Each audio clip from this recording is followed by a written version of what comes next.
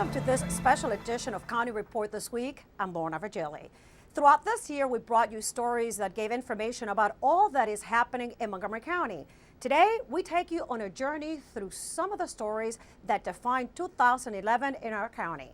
We will start with the long-awaited completion of the Inter-County Connector, or ICC.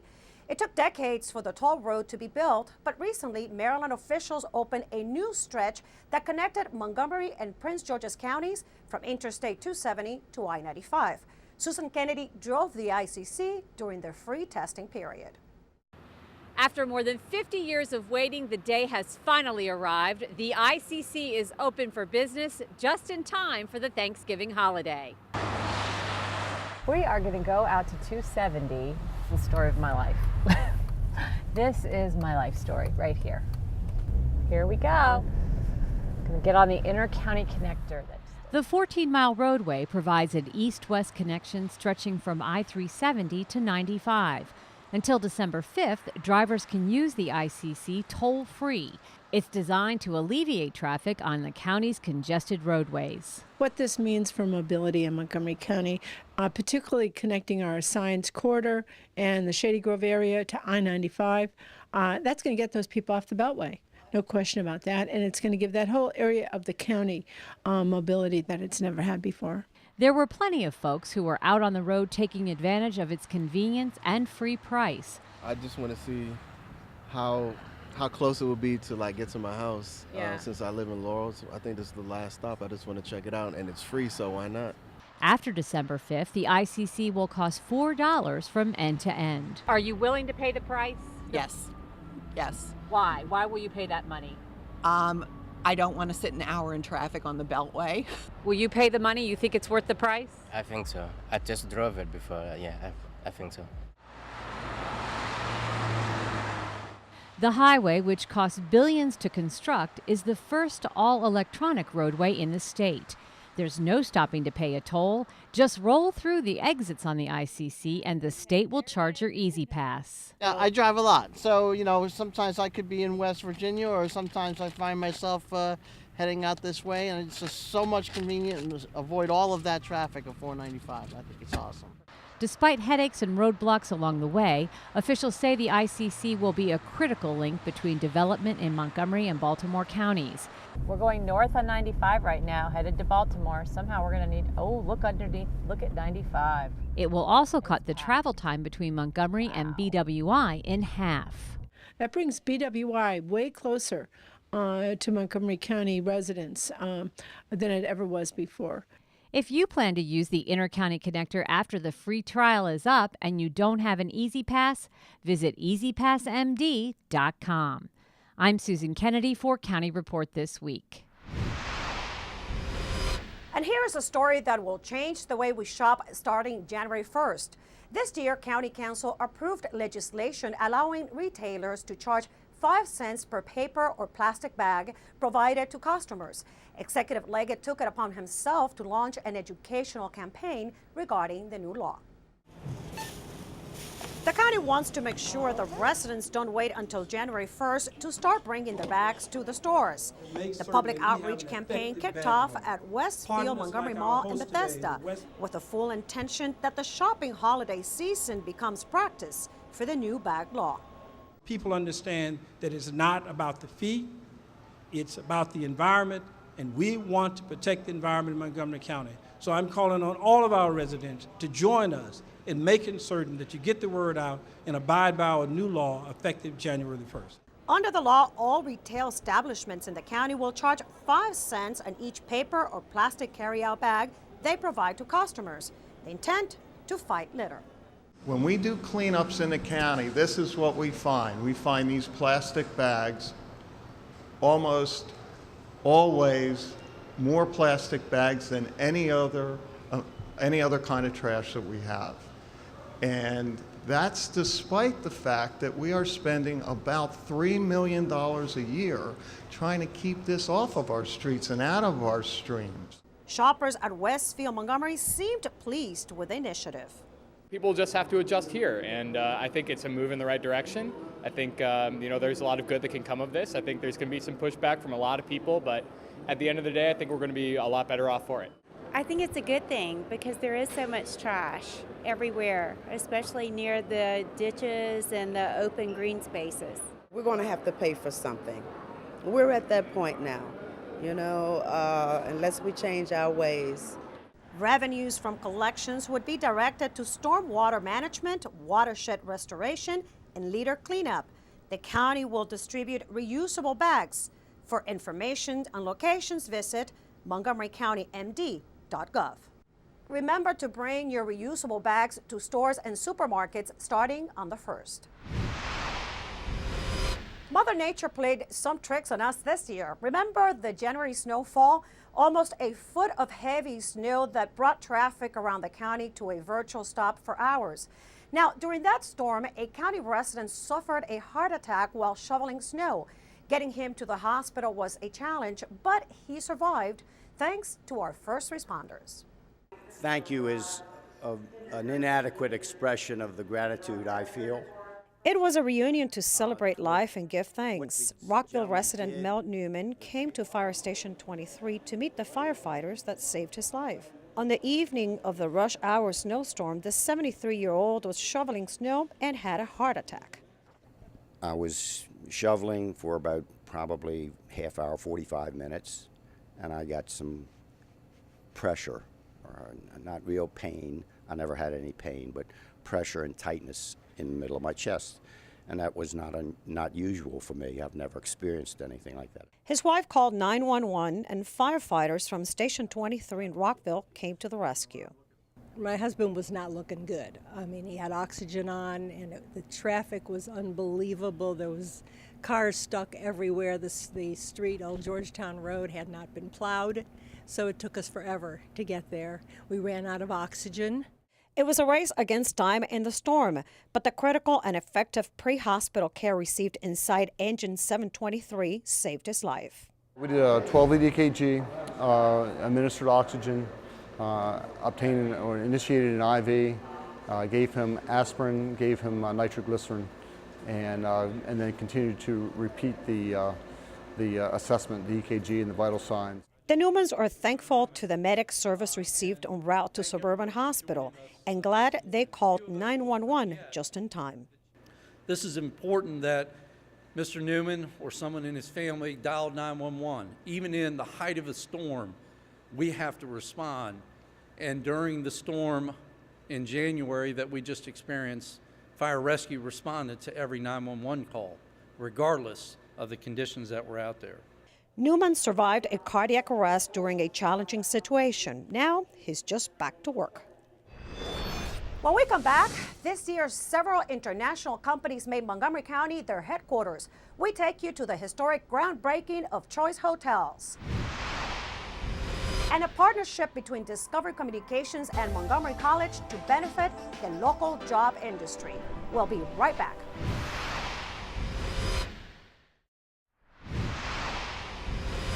Thank you for staying tuned to this special edition of County Report This Week. I'm Lorna Virgili, and we are showcasing the events that made 2011 such an amazing year.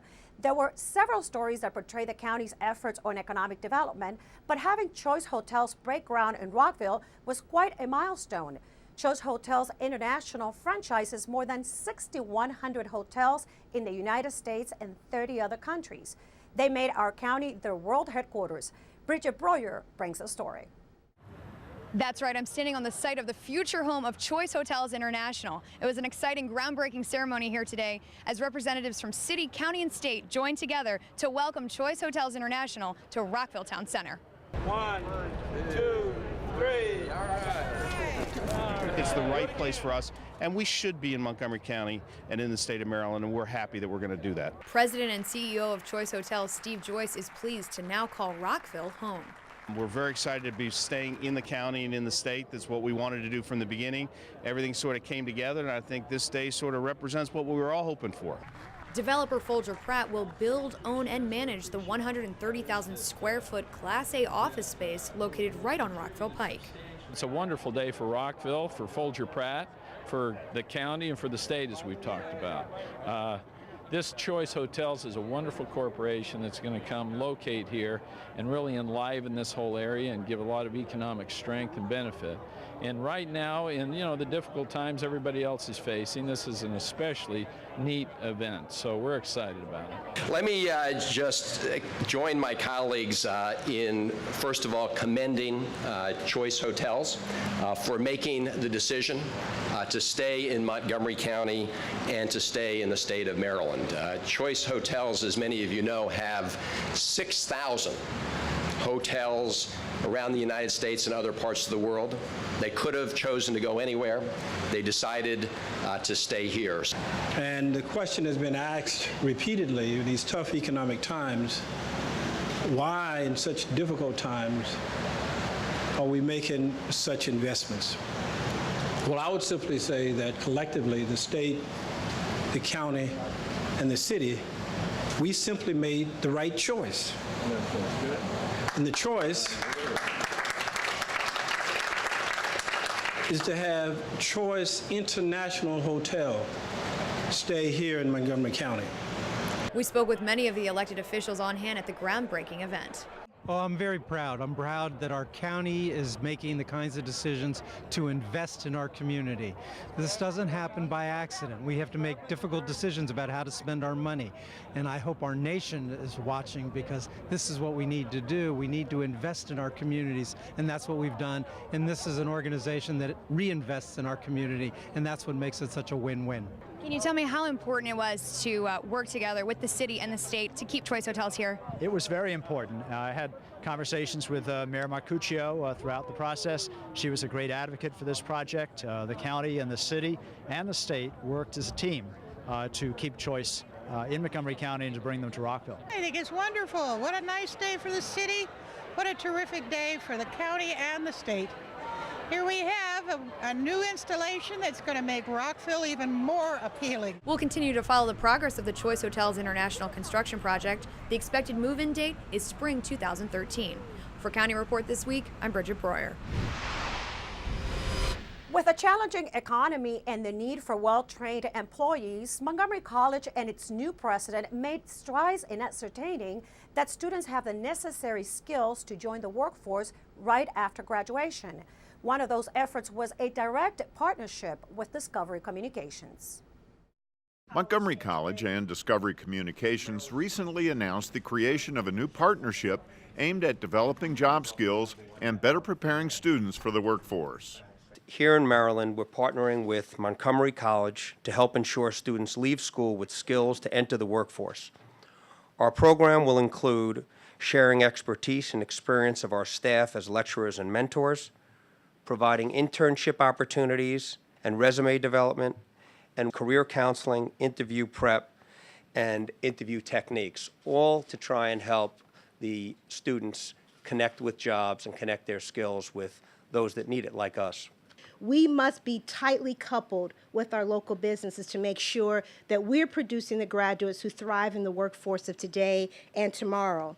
This is why it's so important, this partnership that we have now with Discovery. I'm delighted that they reached out to us, and specifically to talk about how they can make a significant contribution to the community, but moreover, how to more tightly couple themselves with this institution. Discovery also announced the expansion of its Discover Your Skills Public Affairs Job Skills program and the airing of 8 public service announcements highlighting career opportunities in the skilled trades and educational opportunities available at community and technical colleges.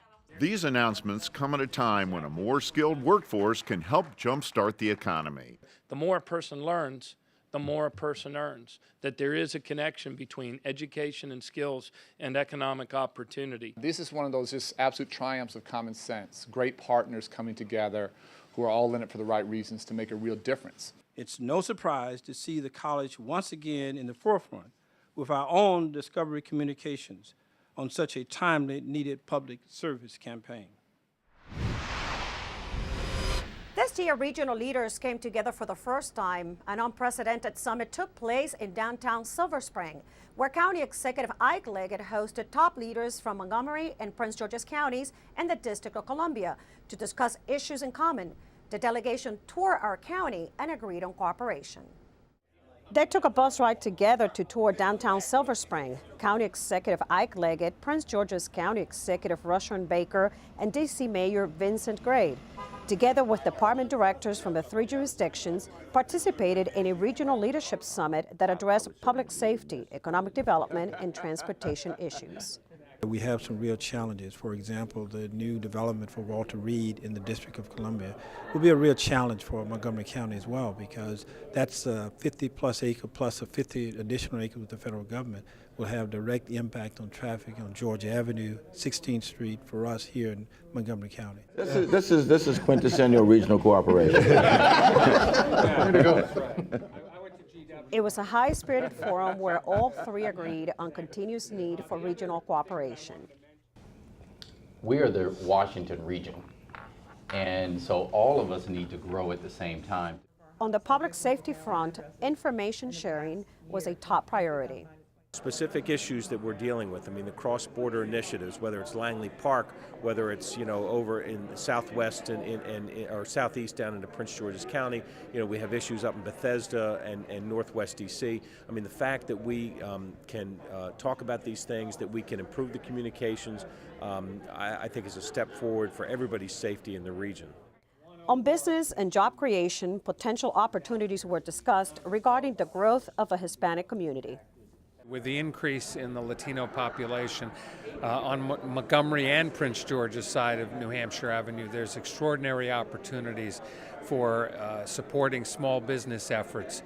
We're planning on working in the Langley Park area in particular with our counterparts in Prince George's County. I know that County Executives Leggett and Baker are both interested, and it also has the side benefit, of course, of reducing crime. Furthermore, on economic development, the District of Columbia will explore into the innovation centers for small businesses already in place in Montgomery County. When we come back, the first bilingual university in the state opens doors in Wheaton. And on Veterans Day, 3 county students receive an emotional surprise. We'll be right back.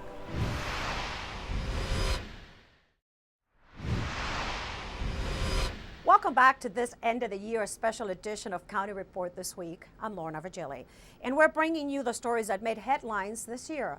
When it comes to higher education, Montgomery seemed to be a magnet in 2011. Kaplan University opened its 6th learning center in the country in Rockville. 1, 2, 3. It's official. Kaplan University opened its 6th learning center in the country, and it is in Montgomery County. We have tremendous need, and that need is something that you can fulfill. That need requires us to work with our employers to ensure that those who want jobs the opportunity to expand and grow, that you can fulfill that. Kaplan University serves 46,000 online students nationwide, 100 of them in the county. The online programs provide flexibility for students and offer several types of degrees. We understand that learning online may be new to many students, and the Rockville Learning Center provides extra face-to-face support that helps to prepare them for a successful experience online. The Learning Center has classrooms to provide a more traditional school environment for those new to online education, and also provides on-site advisors.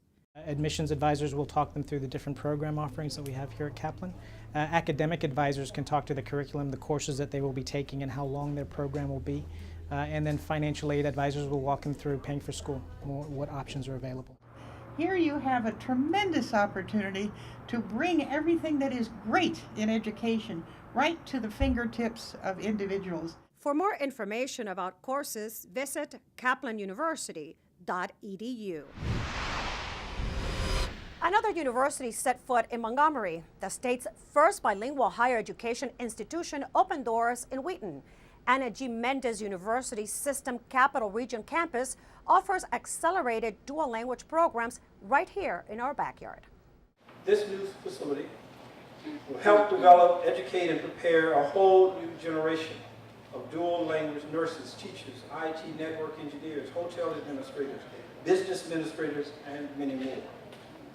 The Higher Education Accelerated Dual Language Program is designed for adults that have not yet completed their degrees. Some of them actually are already professionals but have not been able to validate their degrees, this gives everybody an opportunity to finally be able to achieve an accredited degree and to obviously then be able to be more viable in this economy. As Governor O'Malley always says, and we mean that we are here to support our increasingly diverse, increasingly upwardly mobile middle class, and this fits both of those categories perfectly. All faculty is completely bilingual. Every course is offered 50% in English and 50% in Spanish, and that allows the student not only to get their degree, but also to improve their language across the curriculum. To enroll, students must be at least 23 years old, have a 3-year work experience, and hold previous post-secondary experience. For more information, visit the following website.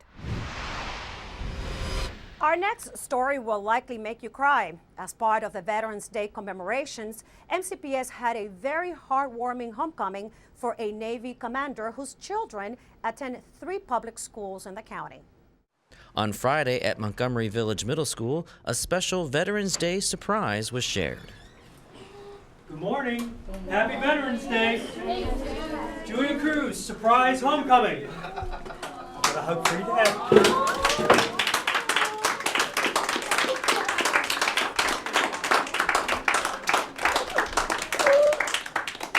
I was stationed over in Afghanistan and wasn't supposed to be back until June of next year. I was allowed to come home early and wanted to share the homecoming with you. I'm very honored and proud to represent the deployed men and women of the armed services. Returning home on Veterans Day makes this especially wonderful homecoming. I was surprised because I thought that he was in Afghanistan. And when I saw him, I was happy because I knew that he was home safe with me and my family. Commander Scott Cruz then visited Whetstone Elementary School to reunite with his 3rd grade son, Christopher. I'd like to present Chris with a Navy coin with the Navy core values, honor, courage, and commitment, because he exemplified those while I've been in Afghanistan. Get you that. Are you going back? No, I'm here. I'm here for good. He then traveled to Watkins Mill High School to surprise his daughter, Sarah. Sarah Cruz, Daddy's home.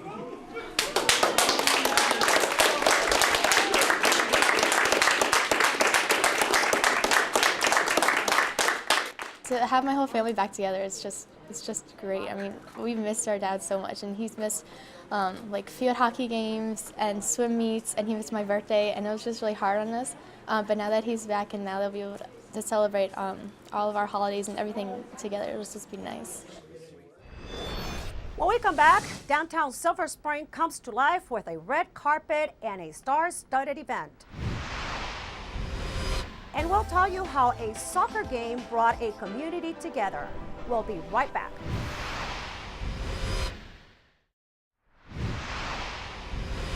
Welcome back to County Report This Week. I'm Lorna Virgili. Our show today highlights some of the stories that touched us in 2011. Some residents were concerned that the redevelopment of downtown Silver Spring was not reflective of the community's diversity. One group made a creative effort to bring stronger connections in the community, and they did it with a soccer ball. For anyone who's been involved in sports at one time or another during their life knows it's a great way to make friends. Thank you. Thank you. And that's what the folks with Impact Silver Spring were hoping would happen when they formed the Tacoma Soccer League. I think sports is just a phenomenal avenue to engage the community because it's just so natural for people. You know, whether they're from here or from another country, they grew up playing sports themselves, and it's just a very kind of light way for people to just be bumping into each other and developing relationships in their neighborhood. Folks from Impact Silver Spring look for residents who can establish trust with their neighbors through meaningful conversation. Armando Hernandez ran a successful youth soccer organization in El Salvador for many years before coming to the Silver Spring area. Armando was just the person Impact Silver Spring was looking for to help them weave their safety net. So he has a job during the day, a lot of other things going on, yet he still comes out here 4 hours a week, spends an hour a week calling the parents, calling the kids, because he wants to, and he's dedicated to the kids, and the parents are too, and so it's it's really opened up a whole new realm of possibility that a lot of folks didn't think was possible. The Tacoma Soccer League now has more than 30 parents who have stepped up to the plate. These folks have come together not only to help with soccer, but to build genuine relationships with their neighbors. Relationships they may not have had the opportunity to develop otherwise. When the parents are more involved, it shows other kind of positive alternatives to those kind of worse things. And so most fundamentally, it's about the education of the kids, and they have to be involved because no one can educate their kids better than the parents themselves. I think it's really important for the parents to be involved because it just gives them another avenue to be connected with their kids, to be connected with other parents, and to be connected with just kind of the social infrastructure of the county. Building bridges through soccer is just one of the many ways Impact Silver Spring is working to support the diversity in the community for positive change. Many events took place this year in downtown Silver Spring. Between Veterans Plaza, the new Fillmore, and AFI, that part of the county saw a tremendous increase in entertainment activities. One of those events was the AFI Discovery Channel Silver Dogs Film Festival, which brought a constellation of stars. Welcome to the AFI Silver Theater in downtown Silver Spring, home of the Silver Dogs, a 7-day international event celebrating new work of diverse and independent artists in documentary film.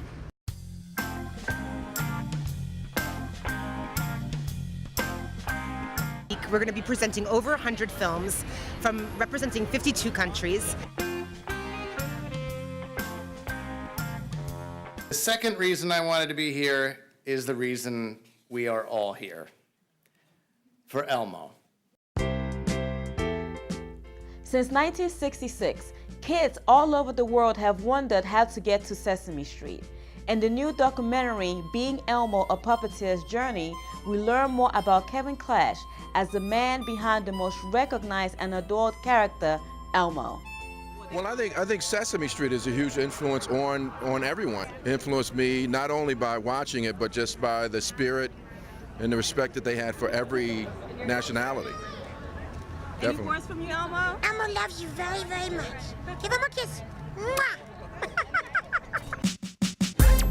Another interesting new documentary, Beats, Rhymes, and Life, The Travel of a Tribe Called Quest, is a film directed by Michael Rappaport about one of the most influential and groundbreaking musical groups in hip-hop history.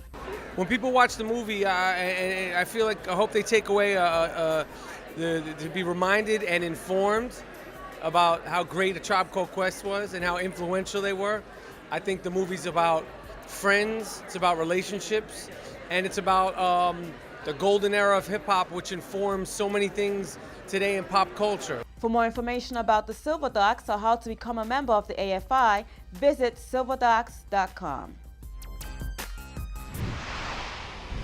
And with that, we close this special edition of County Report this week. I'm Lorna Virgili. We will return in 2012 with the stories that impact you as a county resident. From all of us here, we wish you a safe holiday season. And remember, the county offers sober right services over the holidays. Call this number if you had one too many during the celebrations. Happy holidays.